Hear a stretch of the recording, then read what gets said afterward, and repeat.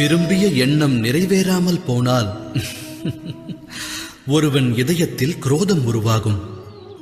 எவரை விரோதியாக எண்ணுகிறானோ அவரை தண்டிக்க வேண்டும் என்று எண்ணம் கொள்வான். ஆனால் ஒருவரது எண்ணம் நிறைவேறவில்லை என்றால் அதற்கு இன்னொருவர் காரணமாக இருப்பார்களா?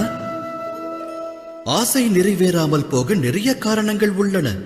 நியதி மற்றும் விதிப்பயனால் சில முக்கிய ஆசைகள் வாழ்வில் நிறைவேறுவதில்லை.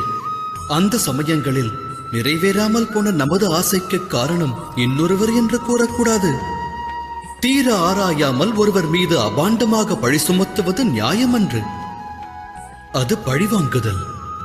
நியாயத்தின் ஆதாரம் இரக்கம், கருணை. பழிவாங்குதலின் அடையாளம் குரோதம், அகங்காரம். அதாவது இதயத்தில் கருணையை வைக்காமல் இன்னொருவரின் தண்டனையை பற்றி